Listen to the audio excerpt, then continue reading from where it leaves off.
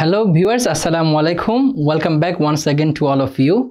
ধারাবাহিক subject verb এগ্রিমেন্টের part 1 এর পর আজকে আমি পার্ট 2 নিয়ে আপনাদের সামনে উপস্থিত হয়েছি। আজকে আরো কিছু গুরুত্বপূর্ণ সাবজেক্ট ভার্ব এগ্রিমেন্টের রুলস এন্ড গ্রামাটিক্যাল বিষয় নিয়ে কথা বলবো। সেই চলুন তাহলে আমরা আজকে লেকচার শুরু করি। Subject verb agreement part 2। ওকে, প্রথম একটা রুলস, এটা খুবই গুরুত্বপূর্ণ, যেটা আমরা অনেকে জানি এবং আমাদের এটা আমরা পড়ে আসছি, এই জিনিসটা আমরা প্রায় জানি। দেখেন, দুইটা নাউন যদি এন্ড দ্বারা যুক্ত হয় তাহলে তার ভার্বটা আমরা জানি প্লুরাল হয়, ঠিক না? কিন্তু ঘটনা হচ্ছে, দেখেন, the teacher and the chairman, teacher এবং chairman have got institutional award, কোনটা হবে? প্রশ্নটা হলো, মনে রাখবেন, একজন ব্যক্তি একই সময়ে দুই তিনটা পদের অধিকারী হতেই পারে। আমি একই সাথে টিচার, আবার একই সাথে কোনো একটা অর্গানাইজেশনের প্রেসিডেন্ট, আবার কোনো একটা ক্লাবের সভাপতি আমি হতে পারি, একজনই ব্যক্তি কিন্তু, ঠিক আছে? ঠিক একইভাবে দেখেন, টিচার একজন ব্যক্তি, টিচারও একজন, চেয়ারম্যান আরেকজন না। একজন টিচার, যিনি টিচার আবার তিনি কি চেয়ারম্যান, সেটা আমি বুঝলাম কিভাবে? কারণ এখানে আর্টিকেল আছে একটা, দ্য টিচার অ্যান্ড চেয়ারম্যান, মানে এই এখানে ব্যক্তি কিন্তু একজন, তিনি একাধারে টিচার আবার হচ্ছে কি চেয়ারম্যান। একজন ব্যক্তি একাধিক পদের অধিকারী হতে পারে। The teacher and the chairman মানে দুইজনই একই ব্যক্তি। যেহেতু ব্যক্তি একজন, তাহলে ভার্বটা কি সিঙ্গুলার হবে না প্লুরাল হবে? অবশ্যই সিঙ্গুলার হবে, not plural. The teacher and chairman has got institutional award. Okay, কিন্তু দেখেন তো, আমি এখানে বলেছি the teacher and the chairman, কিন্তু এখানে আর্টিকেল দিয়েছিল না। The chairman and the teacher, the chairman মানে, দ্য টিচার মানে টিচার, আর দ্য চেয়ারম্যান মানে আরেকজন ব্যক্তি চেয়ারম্যান। এখন দুজনে আলাদা আলাদা ব্যক্তি হয়ে গেছে, কারণ দুইটা আর্টিকেল আছে। দেখেন, আপনি দুইটা শুরুতে আর্টিকেল দিয়ে আছে, তখন দুজনই আলাদা আলাদা ব্যক্তিকে বোঝাচ্ছে। অর্থাৎ টিচার একজন, চেয়ারম্যান একজন, দুজনে একই ব্যক্তি না। একজন চেয়ারম্যান আরেকজন টিচার, কিন্তু প্রথমে ছিল যিনি চেয়ারম্যান তিনি টিচার, ব্যক্তি ছিল একজন, এই জন্য ভার্বটা সিঙ্গুলার। যেহেতু এখন দুইটা আর্টিকেলের মাধ্যমে আপনার দুইটা ব্যক্তি হয়ে গেছে, আলাদা আলাদা ব্যক্তি হয়ে গেছে, এবং আর্টিকেল আছে দুইটা। যদি দুইটা আর্টিকেল ব্যবহৃত হয় নাউনের শুরুতে, তাহলে সেক্ষেত্রে দুইজন আলাদা আলাদা ব্যক্তিকে বোঝাবে, এজন্য তখন ভার্বটা সিঙ্গুলার না হয়ে প্লুরাল হবে। Okay, the teacher and the chairman have got institutional award, তখন সাবজেক্টটা সিঙ্গুলার না হয়ে প্লুরাল হয়ে গেছে। ওকে, এটা আমরা বুঝতে পারলাম। তাহলে মূল বিষয়টা হচ্ছে, টিচার এবং একজন মানুষ একাধারে একাধিক পদের অধিকারী হতে পারে। তাহলে একজন টিচার এবং চেয়ারম্যান হতে পারে। এক্ষেত্রে আপনাকে দেখতে হবে আর্টিকেলের দিকে। যদি আর্টিকেল একটার শুরুতে থাকে তাহলে ব্যক্তি একজনকে বোঝাচ্ছে, আর যদি দুইটার শুরুতে আর্টিকেল দুইটা থাকে তাহলে বুঝতে হবে সেখানে ব্যক্তি দুইজনই আলাদা আলাদা ব্যক্তিকে বোঝাচ্ছে, এই জন্য ভার্বটা প্লুরাল হয়ে যাবে। ওকে, এখন আমরা নেক্সট স্লাইডে যাই। সেখানে দেখতে পাচ্ছি আমরা সাবজেক্ট ভার্ব এগ্রিমেন্টের একটা বিষয় হচ্ছে রুল 2, সেটা হলো দ্য ক্লাস। ওকে, এখন আপনারা জানেন ক্লাস কিন্তু একটা কালেকটিভ নাউন। অর্থাৎ কালেকটিভ নাউন হচ্ছে সমষ্টিগত নাউন, যেটা একজন দিয়ে গঠিত হয় না। ক্লাস কখনো একজন স্টুডেন্টদের দিয়ে হয় না। ফ্যামিলি কখনো একজন প্লেয়ার দিয়ে, পরিবারের সদস্য দিয়ে হয় না। টিম কখনো একজন প্লেয়ার দিয়ে হয় না। অর্থাৎ যেটা একজন দিয়ে গঠিত না, সেটাই হলো কি আপনার কালেকটিভ নাউন। সেই কালেকটিভ নাউনের পরে ভার্বটা সিঙ্গুলারও হতে পারে, আবার প্লুরালও হতে পারে। এখন প্রশ্ন হলো কখন কি হবে? মনে রাখবেন, দেখেন, দ্য ক্লাস সাধারণত কালেকটিভ নাউনের পরে ভার্বটা সিঙ্গুলার হয়। The class has 50 student, not have, singular হবে, কারণ ক্লাস কিন্তু একটাই। দ্য ক্লাসের হ্যাজ 50 স্টুডেন্ট, এই ক্লাসে 50 জন ছাত্র আছে, এই 50 জন মিলে কিন্তু ক্লাস একটাই। যেহেতু একটা, তাহলে ভার্বটা অবশ্যই সিঙ্গুলার হবে, নট প্লুরাল। ওকে, কিন্তু সেই কালেকটিভ নাউনটাকে যদি ভাগ করা হয়, সেপারেট করা হয়, পৃথক করা হয়, ডিভাইড করা হয়, তখন তার ভার্বটাও প্লুরাল হয়ে যায়। ধরেন এখানে 50 জন স্টুডেন্ট আছে, 50 জন মিলে একটা ক্লাস। এখন 25 জন করে আমি আলাদা দুটা করে ফেলছি, তখন কি ক্লাসও দুটো হয়ে গেছে না ডিভাইড করার পর? এজন্য তার ভার্বটা প্লুরাল হয়ে যায়। যেমন দেখেন, the class has been divided, না হ্যাভ বিন ডিভাইডেড, ভাগ করে ফেলতেছে কিন্তু, এজন্য ভার্বটা সিঙ্গুলার হবে না, প্লুরাল হবে। Have been divided into 2 categories, এই ক্লাসটাকে দুইটা ক্যাটাগরিতে ভাগ করা হয়েছে, তার মানে ক্লাস এখন দুইটা হয়ে গেছে। যেহেতু দুইটা ক্লাস, তাহলে তার ভার্বটা প্লুরাল হয়ে যাবে।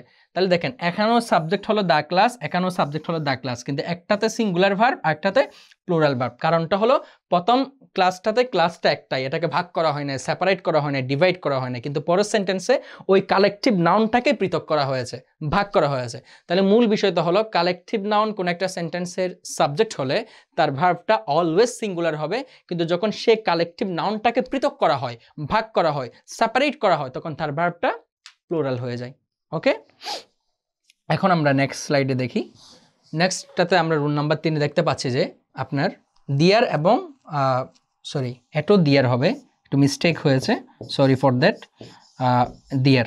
ওকে, দিয়ার এবং হিয়ার, এই যে THERE দিয়ার এবং হলো হিয়ার, এই সকল ওয়ার্ডের পরে সাবজেক্টটা আসলে ভার্বের পরে থাকে। যেমন দেখেন দিয়ার ইজ হবে না আর হবে, সেটা ডিপেন্ড করবে কিন্তু দিয়ারের উপর না, সেটা ডিপেন্ড করবে এই যে এর পরে যে সাবজেক্টটা নাউনটা আছে সেটার উপর। দিয়ারের উপর নির্ভর করে কিন্তু ভার্ব হয় না।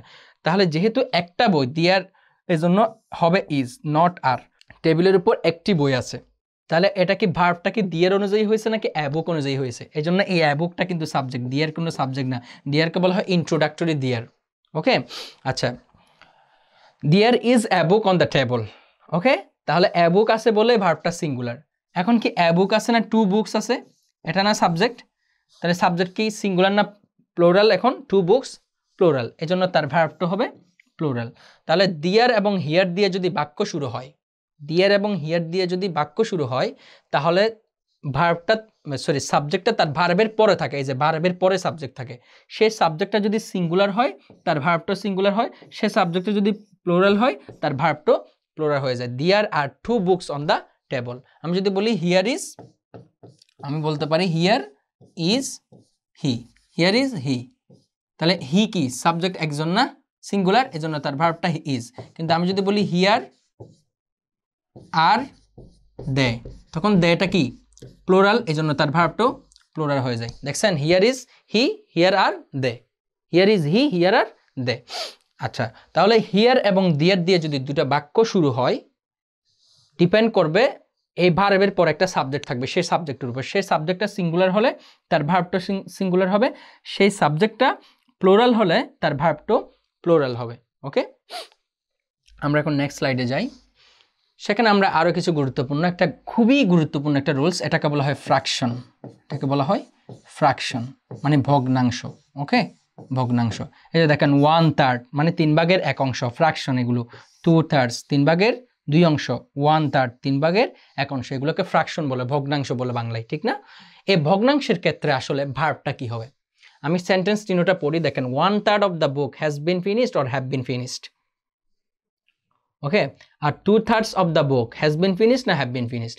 আপনারা অধিকাংশরা যেটা করেন, যখন ফ্র্যাকশন কোনো একটা বাক্য থাকে তখন আপনি ফ্র্যাকশনের দিকে দেখে ভার্বটা বসান, কিন্তু আসলে মনে রাখবেন এই 1/3 2/3 1/3 এগুলোর উপর ডিপেন্ড করে কখনো ভার্ব হয় না। ভার্ব হয় আসলে তারপরে যে নাউনটা থাকে সেটার উপর ডিপেন্ড করে, এই যে এই নাউনটার উপর ডিপেন্ড করে। 1/3 উপর ডিপেন্ড করে ভার্ব হয় না, ভার্ব হয় তারপরে নাউন অনুযায়ী। আচ্ছা বলেন, আমি যখন বলেছি 1/3 অফ দ্য বুক, মানে একটা বইয়ের 3/1 অংশ, বই কয়টা? 3/1 অংশটা মুখ্য না, মুখ্য হলো বই কয়টা, বই কিন্তু একটাই, তাহলে বইটা কি সিঙ্গুলার না? হ্যাঁ, বুক, এটা কি বুকস না বুকস না, বুক। তাহলে যেহেতু সাবজেক্ট সিঙ্গুলার, তার ভার্বটা singular, has not have. 1/3 of the book has been finished, 3/1 অংশ বই শেষ হয়েছে, বই কিন্তু একটাই। ওকে, এই জন্য ভার্বটা সিঙ্গুলার। এখন আসে 2/3 অফ দ্য বুক, এখন কি 2/3 আছে, অর্থাৎ 3/2 অংশ আছে, তার মানে কি আপনি ভার্বটা প্লুরাল করে দিবেন। এখন অধিকাংশরাই এটা করেন, তখন 2/3 দেখে তার ভার্বটাকে প্লুরাল করে দেন, কিন্তু আসলে না। 2/3 হলো বই কয়টা, বই তো একটাই, এই যেটাতে বুকস না, এটা তো বুক, মানে একটা বইয়ের 3/2 অংশ, তাহলে বই কিন্তু একটাই, বই তো একটাই, বই তো দুটা না, তাহলে অংশ দুইটা আর কি, কিন্তু মূল সাবজেক্ট মেইন বুকটা তো একটাই। যেহেতু বুক একটাই, তখনও ভার্বটা singular, not plural. Okay, 2/3 of the book has been finished, এই বইয়ের 3/2 অংশ শেষ হয়েছে, বই কিন্তু একটাই, তখনও বই কিন্তু একটা। আবার নিচের সেন্টেন্সে দেখেন 1/3 of the books, 1/3 of the books, 1/3 of the books, খেয়াল করেন 1/3 অফ দ্য বুকস। এখন কি বুক আছে না বুকস আছে? বুকস প্লুরাল, তাহলে তার ভার্বটাও প্লুরাল হয়ে যাবে, নট সিঙ্গুলার। ওকে, এই যে এটা ডিপেন্ড করবে পরে সাবজেক্টের উপর। এই যে বুক সিঙ্গুলার, এই জন্য ভার্বটাও সিঙ্গুলার, বুক সিঙ্গুলার ভার্বটা সিঙ্গুলার, বুকস প্লুরাল তার ভার্বটাও প্লুরাল। এটা কিন্তু ডিপেন্ড করে ফ্র্যাকশনের উপর ডিপেন্ড করে নাই। এখনও কিন্তু 1/3 আছে। এখন বিষয়টা কেমন হয়েছে দেখেন, মনে করেন এখানে বই আছে 6টা, 6টাকে আমি 3 ভাগ করি, তাহলে 2টা 2টা 2টা, তার মানে কয়টা? 6টা। এই 6টা বইকে আমি 3 ভাগ করলাম, 3 ভাগের 1 ভাগ শেষ হয়েছে। 1 ভাগ শেষ হয়েছে মানে কয়টা বই শেষ হয়েছে? 2টা বই। তাহলে 2টা বই যেহেতু ভার্বটা প্লুরাল হবে, তাহলে ফ্র্যাকশনের উপর ডিপেন্ড করে, কখনো ভার্ব হয় না, ভার্ব হয় তারপরের নাউনের উপর। এটা খুবই গুরুত্বপূর্ণ একটা রুলস। আপনি টু টার্স দেখে হুট করে ভার্বটা প্লুরাল বসা দিয়ে না, কারণ এরপরে সাবজেক্টটা আমাকে একটু দেখতে হবে কি আছে। ওকে, এটাই হচ্ছে মূল বিষয়, ফ্র্যাকশনের মূল কনসেপ্টটা আর কি। এরপর আমরা দেখতে পাচ্ছি আপনার একটা গুরুত্বপূর্ণ রুলস, সেটা হচ্ছে আপনার একটা বিষয় মনে রাখবেন, এই যে পায়াস মানে ধার্মিক, এটা একটা অ্যাডজেক্টিভ। অনেস্ট মানে হচ্ছে সৎ, এটা একটা অ্যাডজেক্টিভ।